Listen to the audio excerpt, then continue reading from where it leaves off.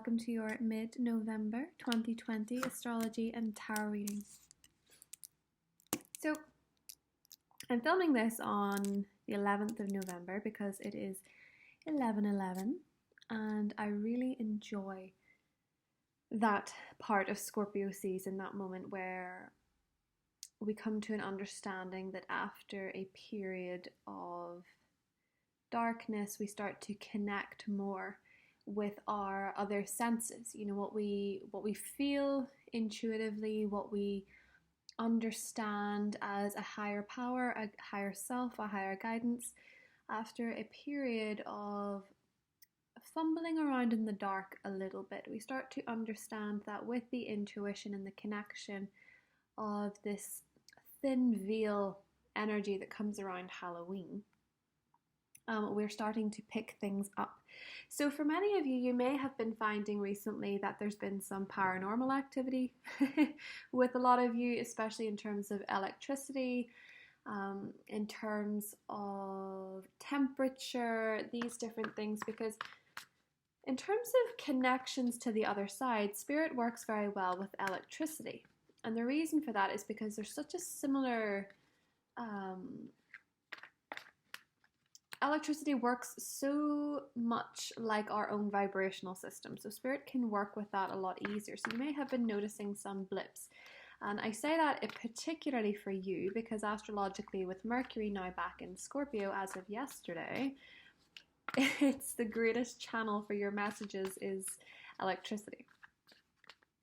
So with this 11/11 vibration, and we're leading up to a glorious new moon in your sign, the luckiest one of the year. And when I say lucky, I mean it's beneficial, it's blessed, it is a time to manifest a wish because it's sextiling Jupiter, which is really beautiful. And we have Mars going direct in the 13th. And tomorrow we have that Jupiter-Pluto conjunction. So you may be feeling very strongly about this.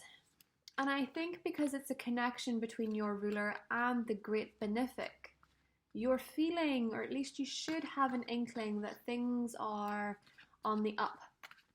Things are on the upswing. So let's have a little look at your cards, and we'll talk more about the astrology as we pull through.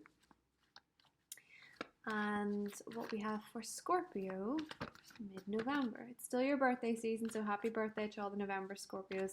If it is your birthday from the, I say, 10th onwards, let me know in the comments. I am the 14th, and I would be very happy to know what everyone else's birthday is on here, especially if I have other twinsies, you know, 14th of November twinsies.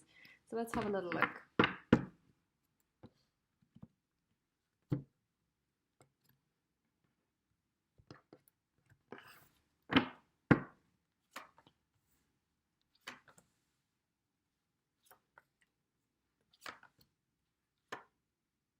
Aha. Okay, there's really beautiful energy here. The moon is underneath. So the moon is the underlying energy. That makes a lot of sense with the new moon in Scorpio, doesn't it? So I'm going to clarify the final card. I like to have a few down for the final card.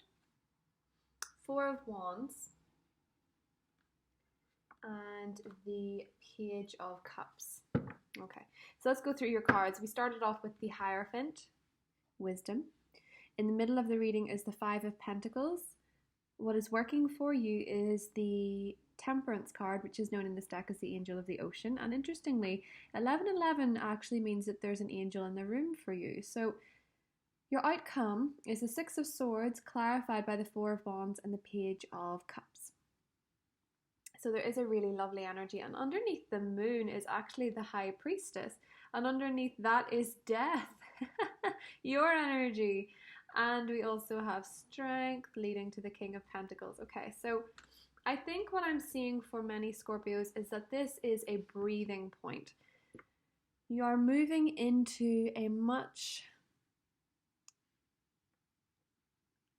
I want to say a much calmer time. I don't know what the eclipse is coming up that calm is the best word, at least for now, maybe.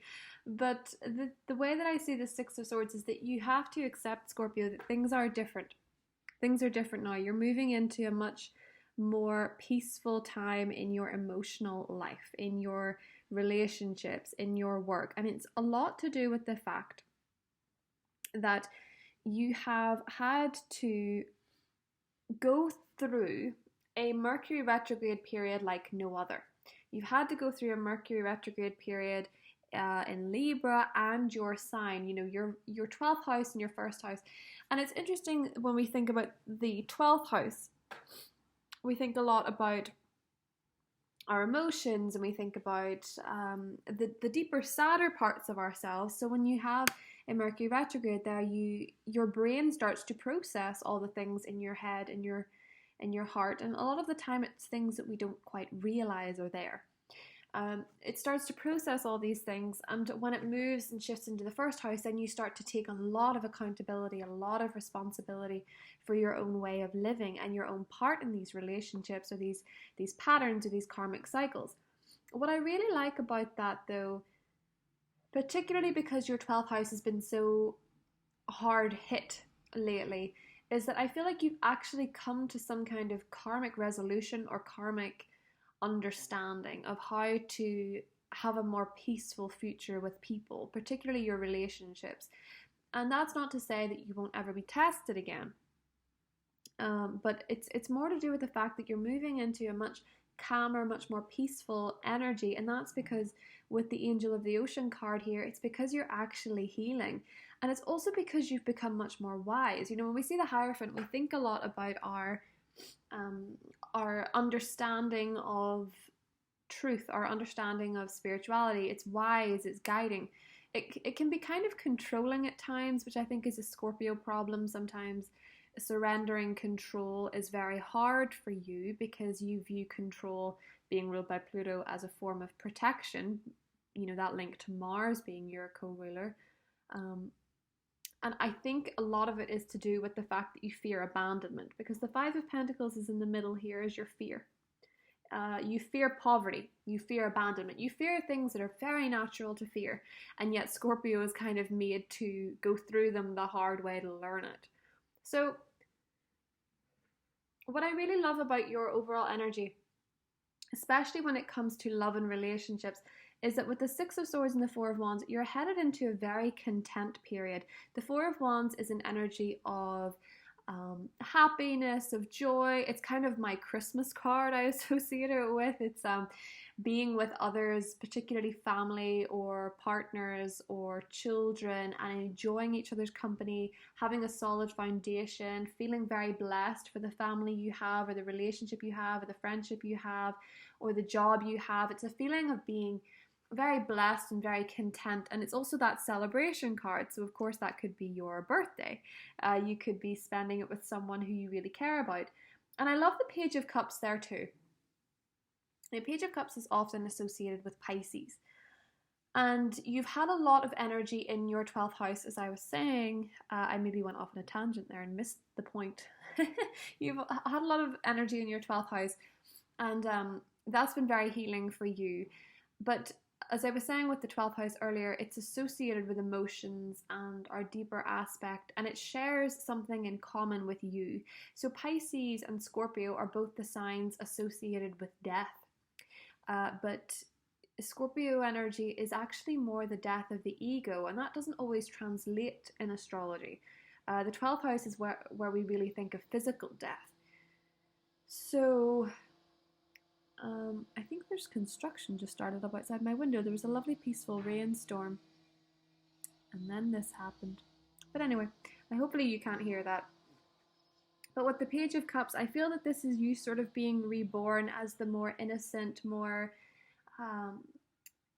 heart on your sleeve part of your personality, where you want to talk about things, because pages can be very communicative, but they do so through poetry, through sweet gestures, through words, through sweet expressions that are without this fear of rejection. So for a lot of you, this seems to be that you're starting a family. For some of you, you're getting engaged with the Four of Wands. For some of you, you're moving into a much more solid time in your relationships. I see that with the Hierophant here as well. There's a strong sense of this new moon brings you forward in your commitments. This new moon is a very committed energy for a lot of people because it's also joining forces with Saturn and Pluto. Pluto, of course, being your ruler. And because it's aspecting that Jupiter-Pluto conjunction, whatever this is that you're committing to has been a theme this year. It has been a theme. It really took a lot of... It really started off at the very beginning of the year, and it's been a consistent theme. It's a dominant theme in your life, and this is where you start to see, well, not in your life necessarily, but I think for Scorpio probably, yeah. It is a dominant theme since, I want to say January, but most likely April.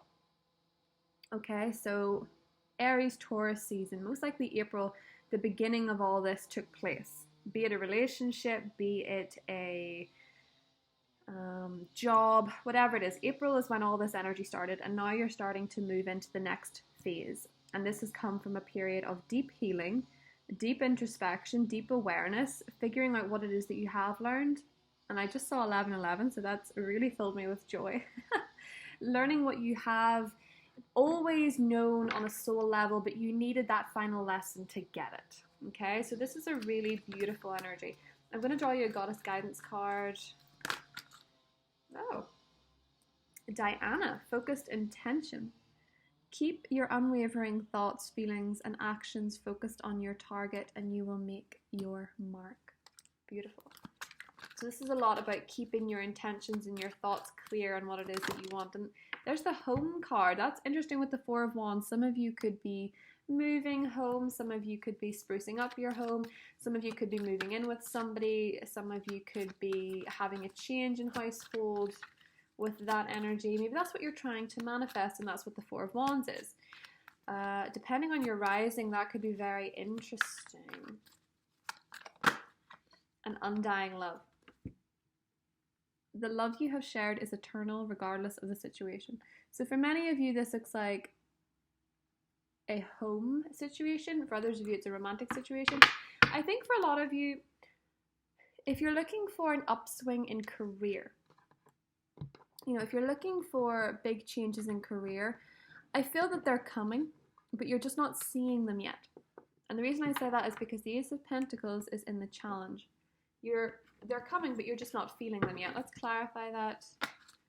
Aha, yes, Nine of Wands. Defense. This is a keep going energy. Just because they haven't manifested yet doesn't mean they're not coming. In fact, that Four of Wands and the Page of Cups is you getting to be more expressive and you getting to work with people that you actually find interesting and actually respect. No shade, but sometimes you find that very hard to work with people you don't respect. And you know it's true.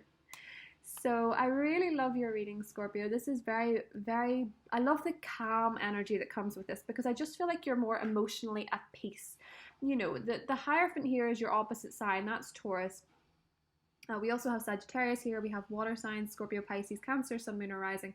But it's not really about the signs that you're dealing with. It's more about you. You know, this is more about your energy coming through as something that is peaceful and understanding and harmonious with the people around you. You know, you've come through a lot. So with the Six of Swords, I feel like you're moving into the next phase. And the next phase with that Four of Wands is something that's very stable, something that's very connected. It's where you realize you need people. You need the people you need. You want to be closer to the people you have, and you're grateful for them. And with Mars is stationing direct, yes, in the 13th. That's in your 6th house. That will stop this icky feeling. Actually, I think the healing card for a lot of you could be physical. You could have gone through a lot in your health with Mars being retrograde in the 6th. I know that I did. Just feelings of run down, colds, flus. I had to get my wisdom tooth removed, which was horrendous. Not to sound dramatic, but it was horrendous. Mostly in my own mind. But the thing is, Scorpio, now you're healing from all of that. This is a really beautiful energy moving into, you know, more good health, more good feelings, more good connections is what I'm trying to say in a roundabout way. So We shall hop into your mid-November extended. That will go into the Taurus, the Sagittarius, the water signs, and just all the signs in general, but it'll also be a deeper feel of the middle of November energy. There is a new moon in Scorpio reading specifying all the signs up on my channel. I will link it to this video if you've not already seen it. And then in about a week's time, there will be a lunar eclipse in Gemini reading coming up. And that's going to be in your 8th house. That's going to be your intimate connections. It's going to be in your final death of the ego moment in 2020. So that's not to say it won't come again, because the ego has to be born and re-die in many ways before we learn our lessons. But this will be a very poignant full moon for you because it is ruled by Mercury, and Mercury will be in Scorpio, your sign, and again it'll be sextiling your ruler. Very interesting times indeed.